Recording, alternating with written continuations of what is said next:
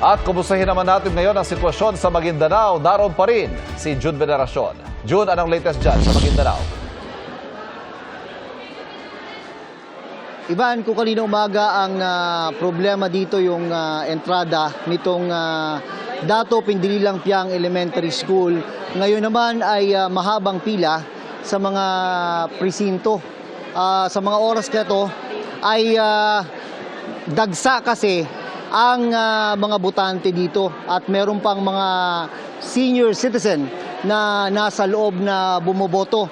Yung mga senior citizen kasi, Ivan, kanina naharang dun yun Kaninang umaga, actually, yung mga early voting, dapat nakapasok na sila. Pero dahil sinasala at by batch nga yung pagpapapasok ng mga sundalo at pulis sa mga botante, ay naipit sila doon sa may entrada na yun. Kaya at tagtagal sa area nga na yun, may mga nahilo at may mga natumba pa nung binuksan na yung gate. At habang humahaba yung proseso dito, nakatutok naman yung mga sundalo at pulis dahil ito yung area na ito ay napaka-critical. Kapag may eleksyon, talagang mainit ang labanan dito. Hindi lang mainit labanan ng mga kandidato, pati na rin mga supporter. Mamaya, subukan din natin, Ivan, mga 1 hour na travel mula rito sa aming pwesto. Sa Buluan, may nangyari naman doon. May mga na-intercept naman na mahigit 6 na pong suspected flying voters yung PNP. Mula rito sa Maguindanao del Sur, ako si June Veneracion ng GMA Integrated News. Dapat totoo para sa eleksyon 2025. Yes, June, sa ngayon nakikita natin sa likuran mo mahaba talaga yung pila ng mga nag-aantay makaboto, no? Pero so far, mula kanina wala na naman ba tayong na-monitor na insidente ng karahasan o baka may nag-away dyan o kung ano paman?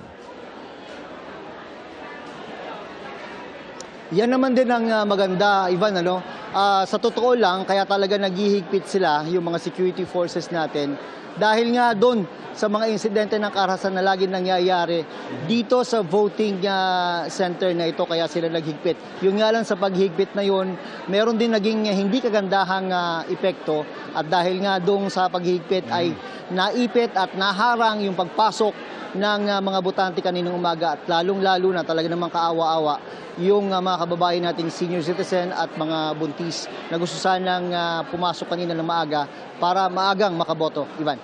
June, sa ilang lugar sa Luzon, napakatataas ng heat index na naiulat. Diyan sa kinaroroonan mo sa Mindanao, gaano ba kainit ngayon?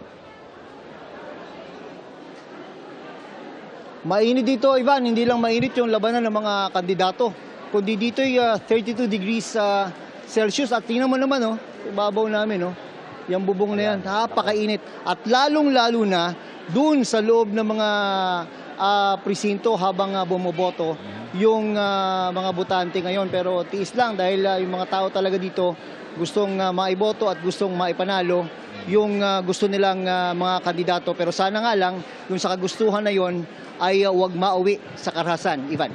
Yung init ng panahon, sana hindi mauwi sa init ng ulo. Ingat dyan. Maraming salamat, June Veneracion.